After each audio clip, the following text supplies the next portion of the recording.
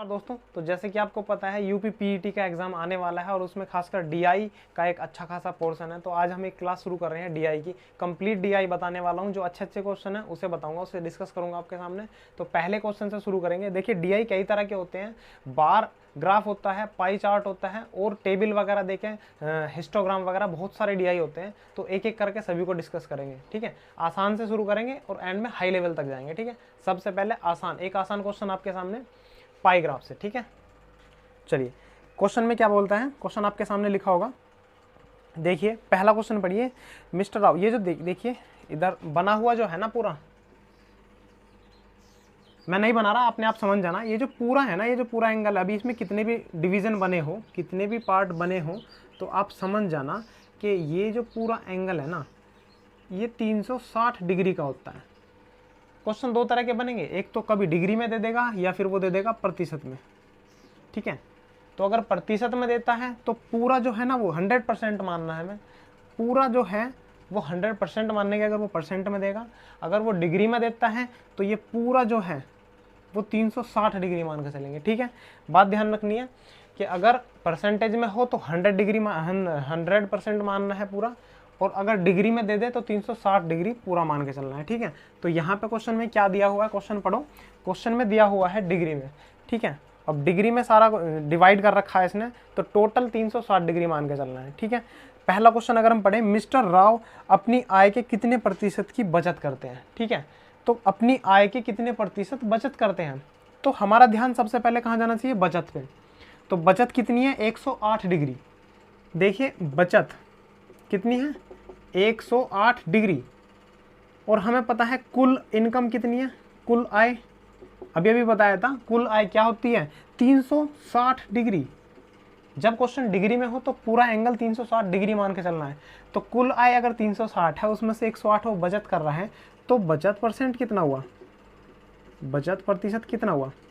कोई भी सोल्व कर सकता है कि 108 जो है 360 के ऊपर कितना प्रतिशत है, ठीक है। ये सोल्व करना है हमें। सोल्व करने का सबसे आसान तरीका, 0 से 0 काट दो और ये 30% हो गया, 36 दिया 108 हो गया ना, 30%, ठीक है। तो मिस्टर राव जो है अपनी आय का 30% बचत कर रहा है, ठीक है। क्वेश्चन आया समझ में। अगला क्वेश्चन देखिए, अगला क्वेश्चन क्या बोल रहा है। अगला क्वेश्चन आपके सामने होगा कि यदि मिस्टर राव की कुल आय, कुल मासिक आय 72,000 रुपये है, तो वह राशि ज्ञात कीजिए, वह राशि ज्ञात कीजिए जो मकान के किराए में देता है, ठीक है। इसे मैं मिटा रहा हूँ, इसे रफ कर रहा हूँ मैं। अब देखिए क्या करना है।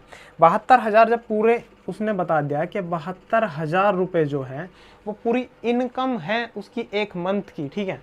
और ये जब पूरी मंथ की इनकम है तो पूरा एक सर्कल, पूरा एंगल घूमेगा 360 डिग्री, मतलब 72,000 रुपये 360 डिग्री की वैल्यू हो गई। और जो हमें निकालना है ना, उतने एंगल की हम वैल्यू निकाल लेंगे। हमें निकालना क्या है कि कितनी राशि मकान के किराए में देता है। अब बताइए, मकान के किराए में वो कितने डिग्री दे रहा है। मकान का किराया जो है वो 54 डिग्री है, तो हमें कुल मिला के 54 डिग्री की वैल्यू निकालनी है, ठीक है। यही सवाल है कि 72,000 रुपये 360 डिग्री की वैल्यू होगी, तो 54 डिग्री की वैल्यू कितनी हो गई, ठीक है। देखिए, 36 दूनी 72, 0 से 0 कैंसिल कर दो, 54 दूनी 108, 10,800 रुपये, ठीक है। हमें जो है वो 54 डिग्री की वैल्यू निकालनी है, ठीक है। समझ में आ गया होगा। हमें निकालना था किराया, मकान में किराया जो है वो कितने रुपए गया उसका। तो किराया था 54 डिग्री, 360 डिग्री की वैल्यू 72,000 हो गई, 54 डिग्री की वैल्यू निकाल ली। नेक्स्ट क्वेश्चन, मिस्टर राव वस्त्र, परिवहन और मनोरंजन पर कुल मिलाकर आय का कितने प्रतिशत भाग खर्च करते हैं, ठीक है। देखिए कौन कौन सी उसने बोल रखा है। एक तो वस्त्र निकालना है, परिवहन और मनोरंजन। तो क्वेश्चन में देखिए क्या लिखा हुआ है, वस्त्र में कितना है 18, परिवहन में कितना है 14, और मनोरंजन में कितना है 13। तो अगर हम इनको सबको ऐड करते हैं तो ये 8 4 12 3 15 45, ठीक है। तो 45 हो गया टोटल। समझते जाना, इसने बोला है वस्त्र, परिवहन और मनोरंजन, इन तीनों मदों पर जो है वो टोटल एंगल बन रहा है 45 डिग्री। तो हमें बताना है कि जो 45 डिग्री है वो कितने रुपए की वैल्यू है। और परसेंटेज में बताना तो रुपए निकालने की जरूरत नहीं है हमें। देखो, हमें पता है टोटल कितना एंगल 360, और 360 में से ये 45 डिग्री कितने प्रतिशत है, केवल हमें ये निकालना है। ठीक है। वो 3 पार्ट पर जो खर्च कर रहा है वो 45 डिग्री एंगल खर्च कर रहा है ना, हमें पैसे निकालने की जरूरत नहीं है, तो 360 के ऊपर इसे निकाल लो कितना है, ठीक है। अब इसे सॉल्व करने का तरीका क्या, देखिए 45 दूनी 90 हो गया ना, और 9 चौक 36 हो गया, तो 45 से काटोगे तो 8 बार कटेगा पूरा, ठीक है। और 8 बार अगर कट रहा है तो 100/8 आ गया। इसकी वैल्यू क्या होगी, 8 एकम 8, 8 दूनी 16, 0.5, 12.5%, ठीक है। तो 12.5% जो है वो इन 3 मदों पे वो खर्च कर रहा है। चलिए ये पहला क्वेश्चन खत्म हो गया। अब अगला क्वेश्चन देखो। अगले क्वेश्चन में क्या है, उसने 3 डायग्राम दे दिए, ठीक है, एक बार भी दे दिया और 2 पाई चार्ट दे दिए, और नीचे जो है ना, जो 2 बार ग्राफ, जो 2 पाई चार्ट दिखाई दे रहे होंगे आपको, वो परसेंटेज में है, जबकि ऊपर बार ग्राफ है, ठीक है। तो इस क्वेश्चन को करने की कोशिश करते हैं। पहला क्वेश्चन अगर इसमें हम पढ़ते हैं तो क्या बोल रहा है कि 80 के दशक, देखिए ध्यान दीजिएगा, ऊपर 1960 से लेकर 2000 तक स्प्लिट है, ठीक है। और क्या है ये महाविद्यालयों की संख्या है। जैसे कि इस बार को समझने की कोशिश करें तो 1960 में महाविद्यालयों की संख्या थी 5000, ठीक है, दिख रहा होगा आपको। 1970 में महाविद्यालयों की संख्या होगी 10,000, ठीक है, इस तरह से समझेंगे। लेकिन नीचे अगर आप देखोगे तो केवल 1980 और 1990 का अलग से उसने चार्ट बना दिया कि 1980 में ये जो विभिन्न जो सब्जेक्ट दिखाई दे रहे हैं ना, जैसे चिकित्सा हो गया, अभियंत्री हो गया, जनरल हो गया, इसमें कितने % महाविद्यालय थे, मतलब इन विषयों में कितने % महाविद्यालय थे, ठीक है। केवल 2 स्प्लिट कर दिए उसने, 1980 और 1990, और इन्हीं के ऊपर क्वेश्चन बना रखे होंगे उसने। पहला क्वेश्चन अगर पढ़ेंगे, देखिए 80 के दशक और 90 के दशक में अभियंत्री महाविद्यालयों की संख्या का अंतर बताना है, ठीक है। तो ध्यान दीजिए कि 1980 का दशक और एक हो गया 90 का दशक, ठीक है। अब ये बात बताइए एक बार कि 1980 में कितने महाविद्यालय थे। सबसे पहले ऊपर वाले ग्राफ में देखिए 1980 में कितने थे, 20,000, ठीक है, ये इतने महाविद्यालय थे। और 1990 में कितने महाविद्यालय हैं, 40,000, ठीक है। 1990 में 40,000 हो गए। अब क्या कह रहा है, अब नीचे वाले फोकस कीजिए। हमें देखिए, हमने निकाले 1980 में इतने महाविद्यालय थे, 1990 में इतने महाविद्यालय थे, लेकिन हमें बताना है कि 1980 और 1990 में अभियंत्री महाविद्यालयों की संख्या का अंतर कितना है। तो इसमें बताइए, देखिए 1980 में, अगर मैं 80 लिख रहा हूँ यहाँ पे, 1980 में अभियंत्री में महाविद्यालय, तो 1980 वाले ग्राफ में चले जाइए, नीचे वाले ग्राफ में 1980 वाले ग्राफ में बताइए अभियंत्री कितने % है, 15%। तो 1980 में कितने थे टोटल, 20,000, तो इसका 15% क्या होगा, अभियंत्री महाविद्यालय। उसी तरह से 1990 वाले ग्राफ में जाइए, कितने % है अभियंत्री महाविद्यालय, 40%, लेकिन 40% किसका, 40,000 का, ठीक है। तो 40,000 का कितने %, 40%, ठीक है, समझ रहे होगे आप। ये जो आप जैसे ही सोल्व करोगे हमें क्या निकालना है, इसका अंतर। तो इसको सोल्व कर लो और इसको सोल्व कर लो और इनका डिफरेंस निकाल लेंगे। देखिए सोल्व करना बड़ा आसान है। ये तो 15 दूनी 30, कितना बना, 3,000, ये तो 3,000 हो गया। और इसे सोल्व करें 2 0 काट दो, 4 चौक 16, 16,000, ठीक है, 16,000। डिफरेंस पूछ रहा है वो इन दोनों का, डिफरेंस कितना हुआ, अंतर कितना हुआ, बताओ कितना हुआ, 13,000, ठीक है। तो हम कह सकते हैं कि 1980 और 1990 के दशक में अभियंत्री महाविद्यालयों की संख्या के अंतर जो है वो 13,000 है, ठीक है। 1980 में 3,000 ऐसे महाविद्यालय थे जो अभियंत्री, मतलब इंजीनियरिंग कॉलेज, ठीक है, हिंदी बड़ी अजीब है, और 16,000 1990 में इंजीनियरिंग कॉलेज थे, ठीक है, और इनका डिफरेंस आ गया 13,000। अगला क्वेश्चन देखो, 1980 एवं 1990 में प्रबंधक महाविद्यालयों की संख्या के मध्य का अंतर, सेम क्वेश्चन है, ठीक है। 1980 और 90 में प्रबंधक महाविद्यालय। अब देखिए प्रबंधक महाविद्यालय पे पूछिए, नीचे वाले ग्राफ में हमें पता है कि 1980 में 20,000 थे और 1940 में 1990 में 40,000 थे। अब प्रबंधक महाविद्यालय में पहुंचे नीचे, प्रबंधक का मतलब देखिए 1980 में 10% थे और 1990 में हो गया 19%, तो इसका निकालना है 10%, इसका निकालना है 19% और कर लेना है हमें डिफरेंस, ठीक है। इसका 10% कितना होगा भाई, इसका 10% कितना होगा, 2,000, और इसका 19%, 19 चौक 76, ठीक है, 7,600, और इनका अंतर कितना आ गया, 5,600, ठीक है। तो यही हमारा अंतर हो गया। बोल रहा है 1960 से वर्ष 1980 के दौरान महाविद्यालयों की संख्या में कितने % वृद्धि हुई है। अब बताइए एक बार, 60 से लेकर 80 तक उसने महाविद्यालयों की संख्या में प्रतिशत वृद्धि पूछी है। तो 1960 में कितने थे, 5,000, ठीक है, 1960 में 5000 थे और 1980 में कितने हैं, 1980 में है 20,000। तो इनका ले लो रेशो। जब भी कभी इस तरह के क्वेश्चन आते हैं तो रेशो ले लो, 0 से 0, 5 से 5 चौक 20, 1 4 का रेशो मतलब 1 से 4 हो गया। कितने प्रतिशत बढ़ा भैया, देखिए 1 से जब कोई संख्या 4 हो रही है तो 300% बढ़ेगा। कैसे बढ़ेगा भाई, 1 से 4 हो रहे, 3 बढ़ा है कितने के ऊपर, 1 के ऊपर, देन 100 के ऊपर कितना, 300%। ठीक है, तो 300% बढ़ चुका है। कि 1980 में चिकित्सा विद्यालयों की संख्या 1990 में चिकित्सा विद्यालयों की संख्या से कितने % कम है।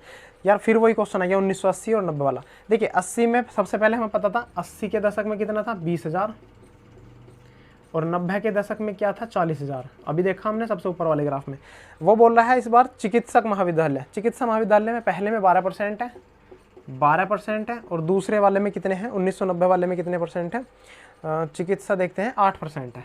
ठीक है, और इस बार भी हमें देखिए पहले निकाल लीजिए, इसका 12% क्या होगा, इसका 12% होगा 12 दूनी 24। ठीक है, और इसका 8% क्या होगा, 8 चौक 32।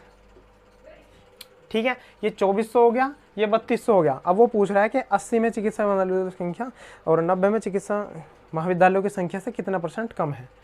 तो इससे ध्यान दीजिएगा, वर्ड पे ध्यान दीजिएगा कि वो बोल रहा है कि 1980 में जो विद्यालयों की संख्या है 1990 में विद्यालयों की संख्या से कितना % कम है। जहां भी ये वर्ड आता है ना से, हमें बेस वही मानना है, हमें बताना है ये इससे कितना कम है। तो भाई साहब कितना कम है, देखिए 2 तरीके हैं, या तो आप ऐसे कर लीजिए या फिर इनका रेशो ले लो, वैसे ऐसे ही कर लो, ऐसे ही आसान है। कितना है, 800 कम है ना, ये जो है इससे इधर लिख रहा हूं मैं, 800 कम है कितने के ऊपर, 3200 के ऊपर। देन हमें 100 के ऊपर बताना है। तो 8 चौक 32 कितना मिला, 25%। ठीक है, या फिर आप यहीं पे रेशो ले सकते थे इसका कि 2400 और 3200 कितना रेशो आता है, 0 से 0 और 8 से काटो, 8 चौक 32, 8 चौक 8 × 24 और 8 चौक 32। ठीक है, 4 से 3 हो रहा है, 1 घट रहा है कितने के ऊपर, 4 के ऊपर, देन 100 के ऊपर कितना, 25%। ठीक है, ये क्वेश्चन खत्म। देखिए अगला क्वेश्चन आपके सामने होगा स्क्रीन पे, और ये बहुत ही फेमस क्वेश्चन चल रहा है आजकल। ये 2-3 लाइन बना के दे देंगे, लाइन ग्राफ दे देंगे और क्वेश्चन पूछ लेंगे। तो लाइन ग्राफ भी बहुत आसान है और अच्छा क्वेश्चन है। इसके ऊपर मैं तुम्हें एक वो डबल ग्राफ वाला, मतलब 2 डायग्राम देगा, उस पर लाइन ग्राफ से क्वेश्चन कराऊंगा, वो एंड में कराऊंगा। ठीक है, उसे देखना जरूर, क्योंकि वो बहुत अच्छा क्वेश्चन है। अभी पहले आसान से स्टार्ट करते हैं। इसके ऊपर पहला क्वेश्चन देखिए आप। पहला क्वेश्चन कह रहा है कि तीनों कंपनियों के वर्ष 1994 में औसत निर्यात और वर्ष 1995 में औसत निर्यात के बीच अंतर बताना है। ठीक है, 3 कंपनियां, ध्यान रखना, X, Y और Z, और तीनों के सिंबल दे रखे हैं। जो X कंपनी है वो क्या बना रहा है, वो बना रहा है एक समचतुर्भुज। ठीक है, कंपनी Z जो है वो एक बना रहा है स्क्वायर, वर्ग, और कंपनी Y एक त्रिभुज बना रहा है। वर्ड पर ध्यान देना। ठीक है, अब पहला अगर सवाल पढ़ते हैं तो 1994 में देखना तीनों कंपनी का, और 1995 में देखना है तीनों कंपनी का औसत में अंतर बताना है। यार एक बात बताओ कि एक्स कंपनी, देखिए 1994 में कितना है, 94 में पहुंच जाओ।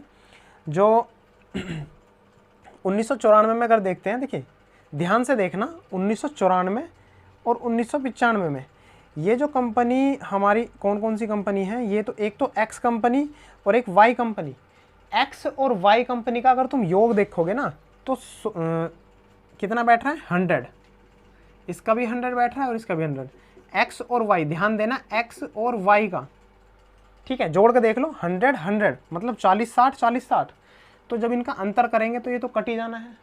तो एक्स और वाई को तो देखो ही मत, केवल किसको देख लो, जेड को। और 94 और 95 में जेड का अगर हम देखते हैं तो एक 90 है और एक है 120। ठीक है, ध्यान देना बात तो पे, जेड जो है वो 1994 में कितना है, 90 है। ठीक है, 90 है, और 1995 में कितना है, 120 है। ठीक है, इनका डिफरेंस कितना हुआ, डिफरेंस कितना हुआ, 30 हुआ, 30 डिफरेंस हुआ है। लेकिन मेरे भाई कंपनी 3 है ना, तो औसत निकालना पड़ेगा, और औसत आ गया 10 करोड़, प्रतिशत लिख रहा हूं मैं, करोड़, 10 करोड़। ठीक है, तो ऐसे हम सिंपल डायरेक्टली कर सकते थे, समझ रहे होंगे। इसी वजह से मैंने बोल रहा था कि एक्स और वाई यहाँ भी 100 है, एक्स वाई यहाँ भी 100 है, और हमें देखना है डिफरेंस। तो एक्स वाई को मत देखो, केवल आप देख लो जेड कंपनी को, 90 और 120 कितना डिफरेंस है, 30, और 30 का औसत ले लो, क्योंकि 3 कंपनी है, 3 से डिवाइड कर दो 10 करोड़। ठीक है, अगला क्वेश्चन करते हैं इसी पे। अगला सवाल देखो क्या होगा। अगला सवाल बोल रहा है कि किस वर्ष में कंपनी वाई और जेड के निर्यातों के बीच का अंतर जो है सबसे अधिकतम था। मैक्सिमम डिफरेंस बताना है, maximum difference between Y and Z. तो अब देखते हैं वाई और जेड के बीच सबसे अधिकतम निर्यात कहाँ पे था। वर्ष 1994। देखिए वाई और जेड, फोकस करिए, वाई और जेड कौन कौन सा डायग्राम है, एक तो स्क्वायर है और एक ट्राइंगल है। स्क्वायर और ट्राइंगल जहां भी आपको सबसे ज़्यादा गैप दिखे वहीं रुक जाइएगा। स्क्वायर और ट्राइंगल में सबसे 1993 में देखते हैं तो 60 से 80, 20 का डिफरेंस है। ठीक है 1994 में देखते हैं तो गैप कितने का है, 60 से 40 से 90, 50 का है। 1995 में जैसे हम देखते हैं तो 60 से हो रहा है 120, कितने का गैप हो गया, 60 का। तो भाई 1995 मेरे सामने 60 का डिफरेंस लेकर आ रहा है। ठीक है, इस वर्ग में और इस ट्राइंगल के बीच में। ठीक है, क्योंकि वाई और जेड बता रहा है ना, वाई और जेड की बात कर रहे हैं, तो वाई और जेड की बात कर रहे हैं। क्या 1995 से अधिक 1996 में है? 1996 में नहीं है, क्योंकि 90 और 60 30 का है। 1995 में 60 डिफरेंस सबसे अधिकतम हो गया, तो देखते ही लगा देना था कि 60 डिफरेंस। ठीक है, अगला क्वेश्चन पढ़ते हैं। अगर ये समझ में नहीं आ रहा है तो अच्छे से लिख लो मेरे भाई, अच्छे से लिख लो कि 1995 में कितना डिफरेंस था। 1995 में, चलिए यार छोड़ो, ऐसा खुद कर लेना। अगला सवाल देखते हैं। अगले सवाल में क्या कर रहा है, निम्नलिखित में से किस वर्ष तीनों कंपनियों का निर्यात सर्वाधिक था। तीनों वर्ष मतलब तीनों कंपनियों का निर्यात बताना है, सबसे अधिक कौन से वर्ष था। तो क्या करना है, बस तीनों को जोड़ देना और जिस वर्ष सबसे ज़्यादा मिल जाए वही आंसर है। तो ग्राफ देख कभी पता चल जाता है ये क्वेश्चन। जब जो भी जिस वर्ष भी ग्राफ सबसे ऊपर जा रहा हो वहीं पे सबसे पहला आंसर मिलेगा। जैसे कि सबसे ऊंचा ग्राफ कहाँ पे है, 1999 पे दिख रहा होगा। तो सबसे पहले 1999 एक बार ऐड करके देख लो कि 1999 में कितना आ रहा है, 100 120 100 120 220 हो गया, 220 और 140 कितना हो गया, 360। ठीक है, और ये किस में है, 1999 में। और इससे बड़ा कौन सा दिखाई दे रहा है, 1995। लेकिन 1995 भी इसका योग नहीं होगा, इससे ज़्यादा नहीं होगा। तो साफ साफ ग्राफ में दिखाई दे रहा है कि तीनों वर्ष का जोड़ कर लो, 1999 में 360 है, इससे बड़ा कोई नहीं है। तो आंसर क्या हो गया, 1999। बार ग्राफ बना हुआ आपके सामने, और ये क्या कह रहे हैं, अंतराल दिया हुआ है। एक्चुअली में इसे क्या बोलते हैं, हिस्टोग्राम बोलते हैं। ठीक है, इसमें क्या क्वेश्चन है, पहला क्वेश्चन पढ़ते हैं। कितने छात्रों ने 39 से अधिक लेकिन 60 से कम अंक प्राप्त किए। तो 39 से अधिक, देखिए रेंज हमें देखनी है, 39 से तो अधिक लेकिन 60 से कम, तो ये रेंज हमें मिली। ठीक है, 39 से, और अगर मानते हैं कि हमें x की वैल्यू बतानी है तो 39 से ज़्यादा होनी चाहिए, 60 से कम होनी चाहिए।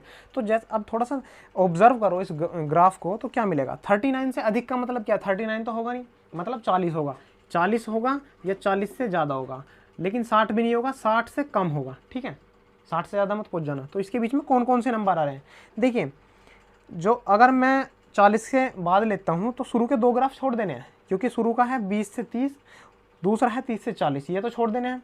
अब तीसरा जैसे ग्राफ देखते हैं 40 से 50, तो हम इसके अंडर में आ गए, इस रेंज में आ गए। तो रेंज कौन कौन सी आ रही है, एक तो 40 से 50 आ रही है 2, ठीक है, और एक 50 से 60 आ रही है, कितनी, 8। ठीक है भाई, समझ पा रहे होगे। तो आंसर क्या होना चाहिए इसका सवाल का, 10। दोबारा समझ लो, अगर बार ग्राफ तुम ध्यान से देखोगे तो 40 से 50 और 50 से 60, इसकी रेंज में 2 है और इसकी रेंज में 8 है। और ये है क्या, छात्रों की संख्या, मतलब 40 और 50 के बीच में 2 छात्र हैं, 50 और 60 के बीच में 8 छात्र हैं। तो मेरे भाई 40 से लेके 60 के बीच में कितने छात्र हो गए, 10 छात्र हो गए। यही सवाल का उत्तर है। ठीक है, अब देखिए 60 से अधिक अंक प्राप्त किए ना, तो ग्राफ को ध्यान से देखना, 60 से अधिक अंक प्राप्त कौन कौन से, कितने छात्र हैं 60 से अधिक। देखिए 60 से अधिक पे 60 और 70 के बीच में 10, 70 और 80 के बीच में कितना है, 12, 80 और 90 के बीच में 5, और 90 और 100 के बीच में कितना है, 8। सबको जोड़ दो, 20, 30, 5, 35। ठीक है, मतलब 35 स्टूडेंट हैं जिन्होंने 60 से अधिक अंक प्राप्त किए। ठीक है, लेकिन टोटल कितने हैं, हमें तो टोटल भाई बताना कितने हैं, तो टोटल निकाल लो, टोटल बताने हैं। देखिए ये जो 35 आए हैं वो 60 से बड़े हैं। ठीक है, 60 से बड़े हैं। अब टोटल कितने हैं, टोटल देखिए 35 तो हमारे 60 से बड़े हो गए, 35 में जोड़ दो, 35 और 5 40 और ये 50, तो टोटल हो गए 50। ठीक है, तो अब हमें क्वेश्चन में क्या पूछ रहा है कि 60 से अधिक कितने प्रतिशत लोग हैं। तो यार 35 50 का कितने प्रतिशत है, 70% हो गया। 35 जो है वो 50 का कितने परसेंट है, कितना हुआ, 70%। तो इस सवाल का उत्तर 70%। ठीक है, चलो अगला डायग्राम देख। इसमें 3 ग्राफ दिए हुए हैं आपको, और जनवरी, फरवरी, मार्च और अप्रैल। ठीक है, 4 महीने के दिए हुए हैं, 2018 सन है। और क्या दे रखा है, बिक्री दे रखी है 1000 किलोग्राम, मतलब पैमाना मान रखा है 1000 किलोग्राम का।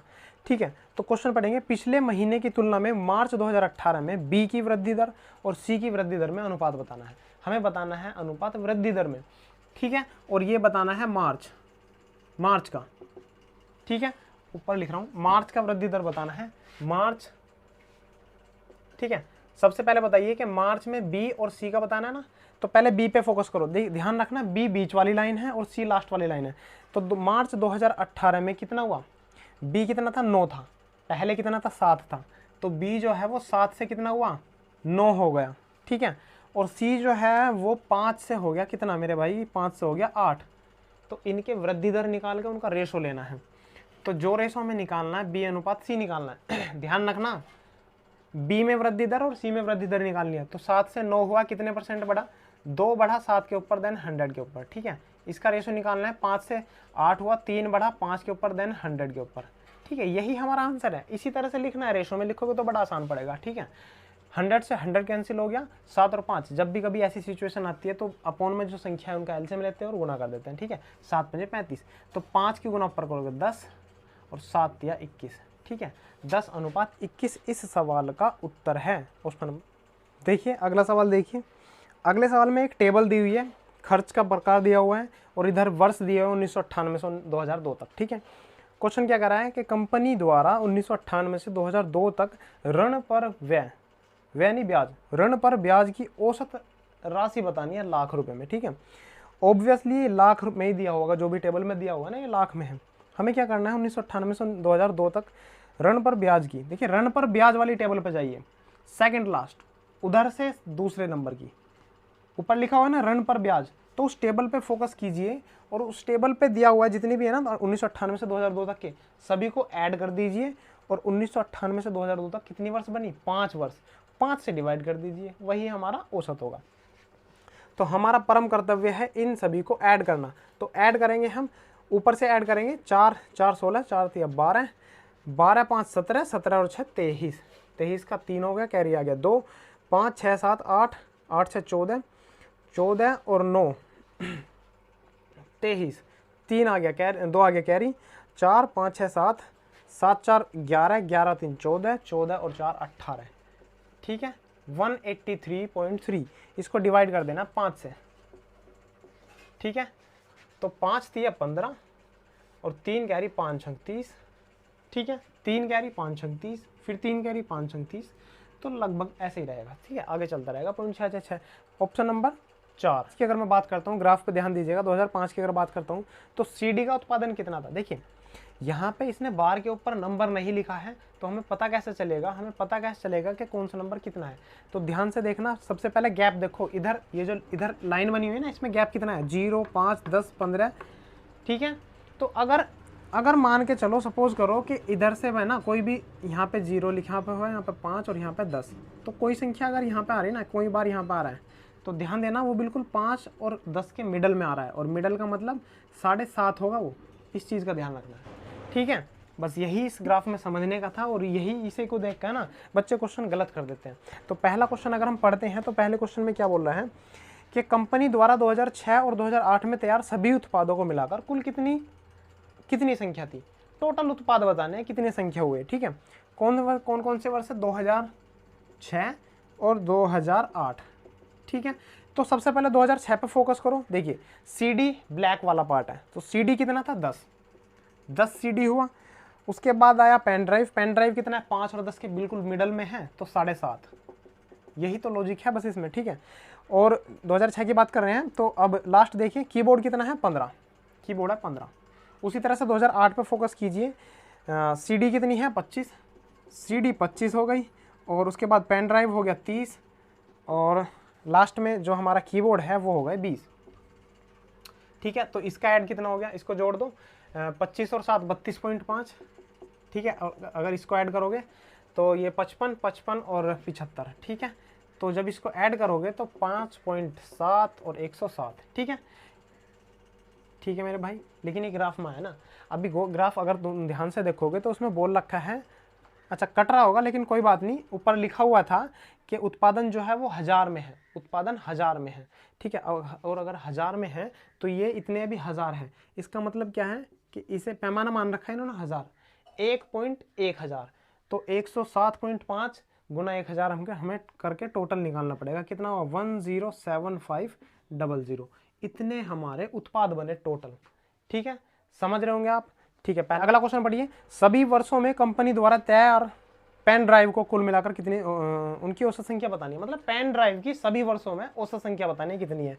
तो पेन ड्राइव है कौन सा, बीच वाला पार्ट। तो सबसे पहले हमारा परम कर्तव्य है कि पेन ड्राइव की संख्या को जोड़ दे, ठीक है।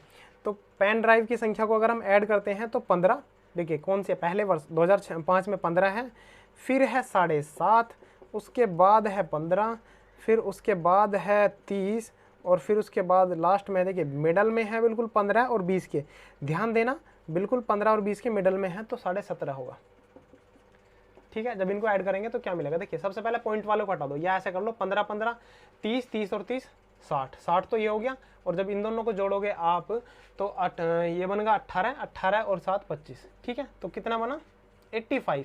अब देखिए 85 तो है लेकिन कितने वर्ष हैं, हमें तो क्या बताना है, औसत बताना है ना। तो वर्ष है 5, तो इसे 5 से डिवाइड कर दीजिए, कितना होगा 17।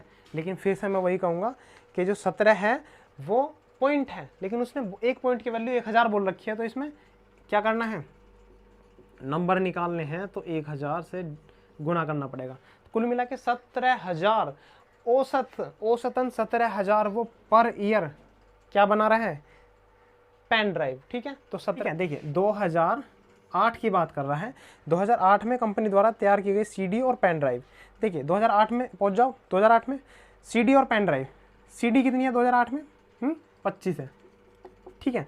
और अगर पेन ड्राइव की बात करते हैं तो पेन ड्राइव कितनी है 30 है, ठीक है। आगे पढ़ो सवाल में, कुल मिलाकर संख्या, और वर्ष 2006 में 2006 में क्या कह रहा है, कंपनी द्वारा तैयार कीबोर्डों की संख्या में अंतर बताना है, ठीक है। तो 2006 में कीबोर्ड देख लो, 2006 में कीबोर्ड कौन से हैं, वाइट वाले, और कीबोर्ड है कितने 15, ठीक है भाई। हमें क्या बताना है, अंतर बताना है। तो इसका ये कितना हुआ, इसका एडिशन हुआ 55, ये तो 15 है ही, डिफरेंस कितना हुआ, कितना हुआ 40 का डिफरेंस, लेकिन 40 पॉइंट है। अब 40 पॉइंट है तो वास्तविक रियल में कितना डिफरेंस होगा, 40,000। बोल रहा है वो कि क्रमशः वर्ष 2006, 7 और 8 में कंपनी द्वारा तैयार कीबोर्डों की संख्या में अनुपात बताना है, ठीक है। तो 2006, 7 और 8 क्या बताना है, कीबोर्ड, कीबोर्ड है कौन से नंबर का, सबसे लास्ट वाइट वाला। तो 2006, 7 और 8 पे पहुंच जाओ और वाइट वाले का डिफरेंस बता दो, ठीक है। तो 2006 की बात अगर हम करते हैं तो 15 है, अनुपात बताना है। 2007 की बात करते हैं तो 30 है, और उसके बाद 2008 की बात करते हैं तो 20 है। ये बड़ा ही सिंपल हो गया, 5 कॉमन ले लो, 5 थी 15, 5 अंक 30 और 5 अंक 20, ठीक है। तो 3, 6 और 4 का अनुपात आ गया, ठीक है। 3, 6 और 4, ऑप्शन नंबर 3। देखिए लास्ट सवाल है और बहुत ही अच्छा सवाल है। सवाल में देखिए क्या बोल रहा है, 2 डायग्राम दिखे होंगे, एक तो है इनकम का, ध्यान देना, एक जो ग्राफ है वो इनकम का ग्राफ है। जैसे कि आप अगर समझोगे 2 कंपनी है ए और बी, ठीक है। ए को डिनोट कर रहा है एक लाइन, कौन सी लाइन, जिसके बीच में गोल गोल पॉइंट लगे हैं, ठीक है। एक गोल गोल पॉइंट लगे हैं वो ए, और जो दूसरी कंपनी है बी, उसमें ट्राइंगल बने हैं, लाइन पे ट्राइंगल बने हैं। तो कंफ्यूज मत होना, ए कंपनी वो गोल पॉइंट वाली है और जो बी कंपनी है वो ट्राइंगल वाली है, ठीक है। अब 2 ग्राफ है, एक इनकम का है और एक है प्रॉफिट परसेंटेज, ठीक है। और याद रखना है कि जो प्रॉफिट परसेंटेज है वो इनकम के ऊपर ही निकाल दी जाती है, ठीक है। दोबारा समझ लो, इनकम का ग्राफ है ऊपर और नीचे जो ग्राफ है वो दिया हुआ है प्रॉफिट का। तो मान लो अगर ए कंपनी की इनकम 100 है और ए कंपनी का जो प्रॉफिट है 50 है, 50% है, तो अगर वो क्वेश्चन में पूछता है कि कितना परसेंट प्रॉफिट हुआ, तो 100 का 50% निकाल लोगे, मतलब 50, ठीक है ना। तो ऊपर इनकम दी हुई है और नीचे दिया हुआ है प्रॉफिट परसेंटेज। अब पहला सवाल अगर पढ़ेंगे हम तो ध्यान देना, पहले सवाल में क्या बोल रहा है, यदि कंपनी ए द्वारा 2020 में निवेशित धनराशि 2019 में निवेशित धनराशि से 25% अधिक है। यहीं पर रुक जाओ पहले। सवाल में देखो कि 2019 में कितनी धनराशि निवेशित की थी, कितनी धनराशि थी 56 लाख रुपए, ठीक है। 2019 में 56 लाख रुपए थी। तो भाई 2020 में क्या बोल रखा है उसने कि जो 2019 में थी ना वो उसका 25% अधिक है। तो 25% अधिक है तो मतलब 125% निकाल दो इसका। तो 125% का मतलब क्या हुआ, 5/4, ठीक है, 5/4, ठीक है। तो इसे सोल्व करने के बाद 14 चौका 56 और 14 पंजे 70, तो 70 लाख हमें पता चल गया कि जो उसने 2020 में निवेशित की थी धनराशि वो 70 लाख थी। अब देखो आगे पढ़ो। अब दोनों वर्षों का लाभ प्रतिशत समान है, मतलब भाई देखिए इनकम तो 70 हो गई, लेकिन जो प्रॉफिट है ना वो प्रॉफिट जो पहले 2019 में था अब भी इतना ही है। और ये बात जो हो रही है ना वो कंपनी ए की हो रही है, ध्यान रखना। कंपनी ए मतलब वो जो गोला गोला बना है ना, लाइन के ऊपर पॉइंट जो बना है वो, ना कि ट्रायंगल वाला। तो भाई अब हमें बताना है, उसने क्वेश्चन में पूछा है कि ए की आय बताओ। ध्यान रखना, आय का मतलब वो पूछ रहा है कि उसे लाभ कितना हुआ है, ठीक है। जितना धन उसने निवेशित किया था उस पर लाभ कितना है, इसमें कंफ्यूज मत हो जाना कि अब वो आय पूछ रहा है तो वो निवेशित धन पूछ रहा है, नहीं, वो पूछ रहा है केवल और केवल प्रॉफिट। तो अगर कोई बंदा कोई 70 लाख रुपए निवेशित करके 75% लाभ ले रहा है तो लाभ कितना होगा उसका, प्रॉफिट कितना होगा, 70 का 75%। और 70 का 75% निकालने के लिए क्या करोगे, 3/4, क्योंकि 75/100 करना पड़ेगा ना, बस तो इसे सोल्व कर लो। कितना होगा, 35 तिया 105/2, कितना 52.5 लाख रुपए, ठीक है मेरे भाई। तो उसने 52.5 लाख रुपए का आय, मतलब उसकी आय हुई या इतना प्रॉफिट। देखिए अगले सवाल में क्या कह रहा है कि वर्ष 2017 के दौरान कंपनी बी और कंपनी ए की अर्जित लाभ का अनुपात बताना है। अभी लाभ बताया था, लाभ क्या था, लाभ जो धनराशि निवेशित किया है ना उस पर प्रॉफिट निकालना है। तो वर्ष 2017 का डाटा देख लीजिए, आपको दिख रहा होगा, लेकिन मैंने लिखा है क्योंकि मुझे दिख नहीं रहा, क्वेश्चन में देखने पड़ रहे हैं दो ग्राफ, ठीक है। अब देखिए, तो सबसे पहले ए कंपनी का लाभ निकालते हैं, दोनों का लाभ निकाल लेंगे और उनका अनुपात। तो कंपनी ए का लाभ कितना होगा, 74 लाख रुपए उसने इन्वेस्ट किए हैं और 50% वो लाभ ले रहा है। तो कंपनी ए का लाभ कितना होगा, इसका 50%, 74, 50% का मतलब कितना हो गया, 37, इसका आधा होगा, ठीक है। और बी का लाभ कितना हो रहा है 80%, तो इसका 80% क्या होगा, 48।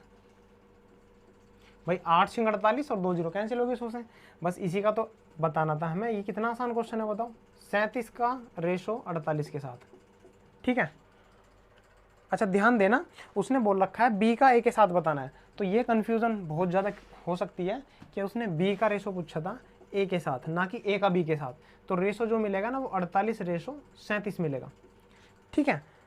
ऑप्शन नंबर 3, क्योंकि ध्यान देना ऑप्शन नंबर 3 और 4 बिल्कुल देख लो, फंस जाओगे, तो ध्यान सही से करना है। बी का ए के साथ पूछा है, बी और कंपनी ए का, तो ऑप्शन नंबर 3 इसका सही होगा, ठीक है। अगला क्वेश्चन पढ़िए। वर्ष 2015 और 2016 में कंपनी ए का एकत्रित आय, एकत्रित मतलब इकट्ठा, ठीक है, और वर्ष 2017 और 18 में बी की एकत्रित आय, इकट्ठी आय, ठीक है, के बीच हमें अंतर बताना है। क्वेश्चन बड़ा ही जबरदस्त है, ध्यान देना, ठीक है। मुझे दिखाई नहीं दे रहा है कुछ भी, तो मैंने लिख लिया पहले ही, वो देखिए ध्यान देना, आप ग्राफ में देखिए, मैं बता रहा हूँ। अगर मैं वर्ष 2015 की बात कर रहा हूँ, ए कंपनी के लिए 2015 में इनकम जो है वो 50 लाख है। वर्ष 2016 में, ग्राफ में ध्यान देना, वर्ष 2016 में ए की इनकम, इनकम नहीं, गलत बोल रहा हूँ मैं, इनकम नहीं, इन्वेस्ट राशि, ठीक है, जो उसने राशि निवेशित की है, ए ने 2015 में 50 लाख की है, 2016 में 70 लाख की है। ग्राफ देखिए, प्रॉफिट वाले ग्राफ में अगर देखोगे तो ए ने 2015 में 40% प्रॉफिट लिया है और ए ने 2016 में 70% प्रॉफिट लिया है, ठीक है, ध्यान देना। उसी तरह से बी में, बी के लिए क्या है कि 2017 में उसने 60 लाख रुपए इन्वेस्ट करे और 2018 में 80 लाख रुपए इन्वेस्ट करे, जबकि 2017 में बी ने 80% प्रॉफिट लिया और 2018 में बी ने 45% प्रॉफिट लिया, ठीक है। अब हमें प्रॉफिट निकाल के इनका दोनों का कंबाइन और डिफरेंस बताना है, तो बड़ा ही आसान है, देखिए क्या करना है। एक बार क्वेश्चन अच्छे से समझ लो तो कोई दिक्कत नहीं है, ठीक है। ए का प्रॉफिट कितना होगा, ए का प्रॉफिट कितना होगा, देखिए 2015 में 50 लाख का 40% कितना होगा, 20 लाख, 5 और 20 लाख, सिंपल सी बात है, ठीक है। और 70, देखिए 2016 में 70 लाख का 70%, 7 7 49, 49 लाख। तो ए का टोटल इनकम पता चल गई, ये है इनकम, ये निवेशित धनराशि थी, ये इनकम है, उसी तरह से बी की इनकम बतानी है, ठीक है। 60 लाख पे 80% प्रॉफिट ले रहा है, 8 48 लाख रुपए मिल गया, ठीक है। 80 लाख पे 45% प्रॉफिट ले रहा है तो कितना मिलेगा, ठीक है, कितना मिलेगा करके देख लेंगे। 80 गुना 45 अपॉन में 100, ठीक है। 20 चौक 80, 20 पंजे 100, 5 9 45 और 9 चौक 36, इतना मिलेगा, ठीक है, इतना मिलेगा। और अब देखिए कितना होगा, अभी इसका ऐड कर देंगे तो ये होगा 69 और ये कितना होगा 8 से 14 और कैरी 1 84। हमें इनका डिफरेंस बताना है केवल। अब इनका डिफरेंस बताना है, इनका डिफरेंस तो कितना होगा 15 हो गया ना, तो 15 लाख दिखाई दे रहा है, ठीक है। नहीं दे रहा तो इधर लिख रहा हूँ मैं 15 लाख। तो ध्यान देना ए और बी की टोटल इनकम ये थी और इनका डिफरेंस बताना था 15 लाख। क्वेश्चन को दोबारा रिपीट करके देखना, अच्छे से समझ में आएगा। अगला क्वेश्चन देखते हैं। क्या हुआ 2019 में कंपनी बी के अर्जित लाभ और कंपनी ए के अर्जित लाभ से कितना अधिक या कम है। मतलब कंपनी बी का लाभ कंपनी ए के लाभ से कितना अधिक या कम है। तो हमें क्या सिंपल सा हमें पहले प्रॉफिट निकालना है, फिर देखना है इसके बारे में फिर देखेंगे। देखिए ए का प्रॉफिट कितना है, ए का 2019 में इन्वेस्ट 56 लाख रुपए था और उसका 75% उसने प्रॉफिट लिया। तो ए का प्रॉफिट कितना हुआ 56 का 75% 3/4, ठीक है। 14 चौका 56, 14 थी 42 लाख रुपए। और कंपनी बी का प्रॉफिट कितना हुआ 72 लाख इन्वेस्ट करे थे, 50% उसने प्रॉफिट लिया तो इसका आधा 36 लाख रुपए, ठीक है। ये भी लाख में है, LAKH लाख, ठीक है। अब क्या बताना है, हमें बताना है कंपनी बी के अर्जित लाभ कंपनी ए के अर्जित लाभ से, तो से कहाँ पे आया ए से, ए के पास, तो इससे बताना है ये कितना कम है ना यहाँ पे। तो कितना कम है मेरे भाई, सबसे पहले देखिए ए का रेशो बी के साथ ले लो यार, बड़ा आसान पड़ेगा। 42/36, जब भी कभी परसेंटेज निकाल लियो तो 6 7 42, 6 6 36, 7/6 आ गया, ठीक है। तो अब बताइए किससे, ए से 6, मतलब 7 से 6 कितना कम है, एक कम है 7 के ऊपर, देन 100 के ऊपर, ठीक है। 100 भी मत करो, जरूरी नहीं है। परसेंटेज 1/7 की वैल्यू कितनी होती है 14.28%। जब परसेंटेज स्टार्ट करवाई थी तब बताया था 1/7 की वैल्यू 14.28 होती है, ठीक है। तो ऑप्शन नंबर 3 इसका सही उत्तर है। लास्ट क्वेश्चन करते हैं, चलिए पड़ेगा। 2018 की बात कर रहे हैं, 2018 की बात कर रहे हैं और ए और बी का कंबाइन हमें प्रॉफिट बताना है। तो सबसे पहले पहुंच जाइए 2018 वाले ग्राफ में इनकम निवेशित वाली धनराशि। तो ए की धनराशि कितनी है 60 लाख, बी की निवेशित धनराशि 80 लाख है। अब पहुंच जाइए ग्राफ वाले चार्ट में। तो 2018 में ए का प्रॉफिट कितना है, ए का प्रॉफिट है 65%, जबकि बी का प्रॉफिट कितना है 45%, और हमें कंबाइन बताना है। तो सिंपल सी बात है यार, ए का प्रॉफिट कितना होगा 65 का मतलब 60 का 65%, और 65% का मतलब 13/20, ठीक है। और बी का प्रॉफिट कितना होगा कि 80 का कितने परसेंट 45%, और 45 की वैल्यू कितनी है 9/20, ठीक है। 5 से काटोगे ना, 5 ने 45, 5 20, ठीक है। तो अब इसका कितना 20 थी 60 और 13 थी 39, इसका कितना 20 चौक 80, 9 चौक 36, ठीक है। कंबाइन कितना हुआ 9 और 6 15, हाँ 75। तो 75 लाख रुपए की इनकम हुई उसे टोटल, ठीक है। ऑप्शन नंबर इसका होगा सेकंड, ठीक है। 75 लाख समझ में आ गया होगा अच्छे से। अगली वीडियो में मिलते हैं, गुड लक।